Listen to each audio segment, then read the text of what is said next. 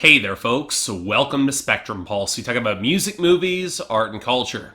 And today, we're going to be talking about the newest album from Demi Lovato called Tell Me You Love Me. Not gonna lie, I had a bad feeling going into this album. And given how much I have been rooting for Demi Lovato over the past couple of years, this was not a feeling I wanted to have. There's been promise on both Demi and Confident, and as you all probably know by now, Cool for the Summer was my favorite hit song of 2015. I had every hope that Demi Lovato could rise and take the female pop rock mantle in the mainstream that has been left vacant for so long. She had the pipe, she had the attitude, she had the presence, she was taking more of an active co-writing role. She could pivot there if she probably wanted to, but the more I started hearing tracks in the build up to Tell Me You Love Me, a bad album title, but the last thing I would want to or expect to hear from Demi Lovato, the more I was kind of worried about this. I mean, as much as you might not like Max Martin, he did do a significant amount behind the scenes for her better singles and likely contributed more to the rock elements. And the problems that I had with Confident is that instead of tilting more in the production and delivery, she relied on flimsy, desaturated modern pop tropes that didn't flatter her voice, often tilting towards R&B and soul in a way that didn't fit with her sound and delivery all that well. And with the lead-off singles for Tell Me You Love Me, it looked like more steps in that direction and didn't bode well for the rest of the album, especially when you notice that her token rap collaboration is with Lil Wayne on a DJ Mustard beat. But you know what? The other reviews were suggesting that this was the point where Demi Lovato managed to hit her stride, so despite all the evidence to the contrary in the lead-off singles, I decided to go with an open mind and check this out.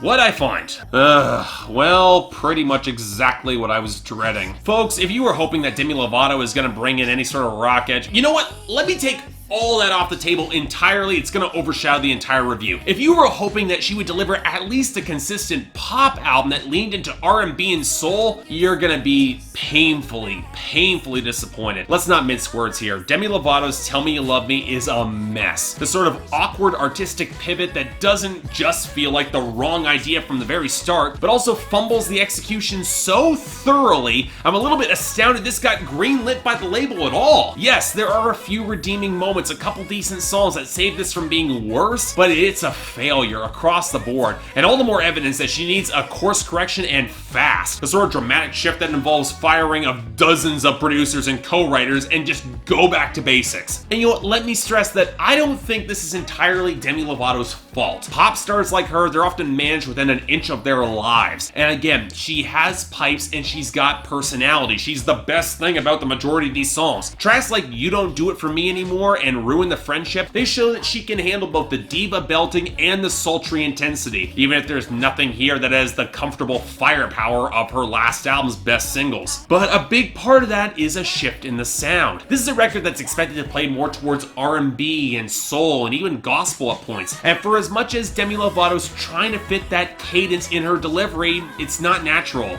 and it shows. Granted, her producers are not helping her here because there is no song-to-song consistency surrounding her vocal pickup and mixing. Sorry Not Story, Games, and to a lesser extent Daddy Issues, they place her belting midway back in the mix and gives her none of the support that she really needs in her multi-tracking, leads to vocals that feel really thinned out and shrill. And yet for some reason on Concentrate, they felt the need to pack on pitch correction and auto-tune opposite one of the more organic instrumentals on the entire record. Hell, even on songs like Only Forever, they actually managed to give her a big enough mix to leverage, they then tack on pitch-shifted vocals to the pre-chorus for no adequately explained reason. Hell, say what you will about DJ Mustard, he at least leaves the blatant auto-tune for Lil Wayne. And no, Lil Wayne doesn't need it either, but at least DJ Mustard knows what he's producing here. But that takes us to the rest of the production, and I don't even know where to start with this. I have always talked about the wild shifts in fidelity from track to track already here, but that's not even getting into the colorless and thin how much of this album will feel. Starting with the 1-2 bad punch of the gospel sample on Sorry Not Story that's got no body, and the horn pickups that are so flat on the title track you could swear they came from a bad synthesizer. Now granted, the larger issue on both songs is that any melodic groove is utterly neutered in favor of these blocky, textureless drum machines, which does nothing to support any sort of real momentum or swagger. I've seen some critics try to draw comparisons to Justin Timberlake's Future Sex Love Sounds that came out in 2006, which, you know what, I might actually buy that if you remove any tightness, or the fact that it took nearly 20 producers to try try and then fail at what Timbaland did himself a decade ago. But a larger problem is that Demi Lovato is not nearly the same type of singer as Justin Timberlake was. And even when she plays for sultry, she's stuck opposite beats or tones that just don't flatter her. Sexy Dirty Love is one of the better cases with the wiry drum programming and the muted synth, but that tiny tap really close to the front on the pre-chorus against the gurgle of the synths doesn't exactly make this song sound sexy or dirty, which somehow gets even worse opposite the flattened bass and the cheap staccato farts of synth on Daddy Issues. At least on songs like You Don't Do It For Me Anymore and Ruin the Friendship, there's a little bit more texture and some real organic groove, especially with a trumpet on the latter song. And Crybaby is trying for noir theatricality and could conceivably have stuck the landing, but then you get the bassy R&B tunes like Only Forever where the lo-fi piano pickup sounds like it's gonna die at any second. Whereas the choppy guitar work on Concentrate and Hitchhiker, they don't match at all with the smoother vocal pickup and multi-tracking. Now, at least these songs, they have some groove to them, but again, in terms of your actual melody that will stick in your mind, there's just very little here, but fine.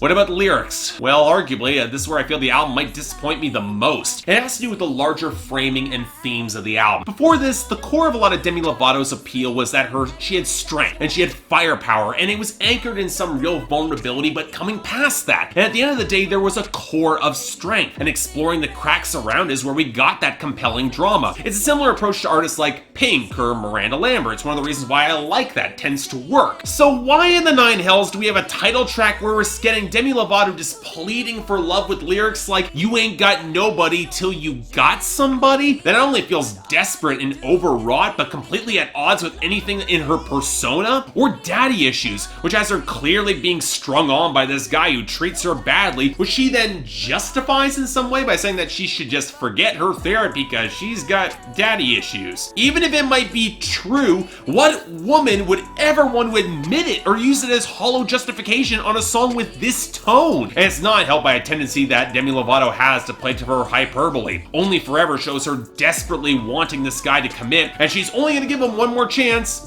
But if her timeline is forever, there's no drama or stakes to this guy ever giving her that answer. At least the toxic relationship on Lonely is mutual, and both her and Lil Wayne show some responsibility for the miserable situation, but it doesn't precisely redeem the haughtiness of Sorry Not Story, or the bratty mixed signals of Games. Or even then, the love songs, I feel kind of fumbled here too. I get the intention behind Ruin the Friendship, and I'll give Demi Lovato a point, she's selling it, but if you're looking for something real in this hookup, why frame it like you're ruining a friendship? And I can't be the only one who sees some really unsettling implications behind Concentrate, where she's drunk on Merlot and this guy's getting pushy in the hookup, with the major implication that she can't pull her thoughts together or concentrate, or go to Hitchhiker, where again, Demi is describing herself as being the hitchhiking passenger in a relationship as somebody else is driving. I'll at least get points to You Don't Do It For Me Anymore, which has the double meaning of both hitting it towards an ex and previous addictions that she had, but it's one of the rare examples of anything that coded or subtle on this album. This is an uncharacteristically blunt record for Demi Lovato in its poetry. And again, that doesn't exactly make any of these songs sexier, which is kind of the point for a good half this album. But when you circle back to the root of the problem, it's remarkably straightforward. This is not production or songwriting that fits Demi Lovato's strengths as a performer. She's a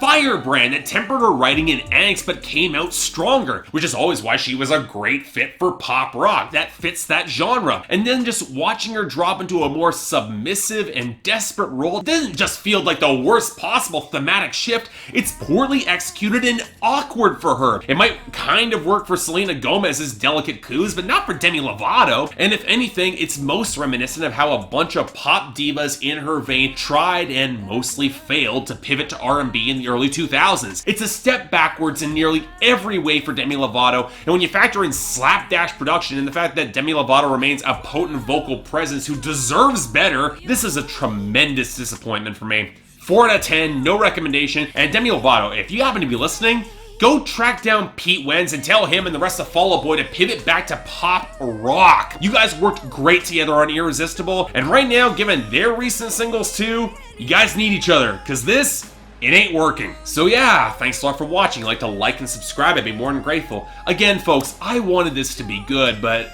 Demi Lovato's just going in the wrong direction, and her handlers, all of them need to be fired, preferably into the sun. Beyond that, if you want to buy the record and give her some support so that she can make another album, links in the description below, and I got the poll up there. Demi Lovato fans, I'm on her side. She should be with better production than she's getting here. Better co-writing too.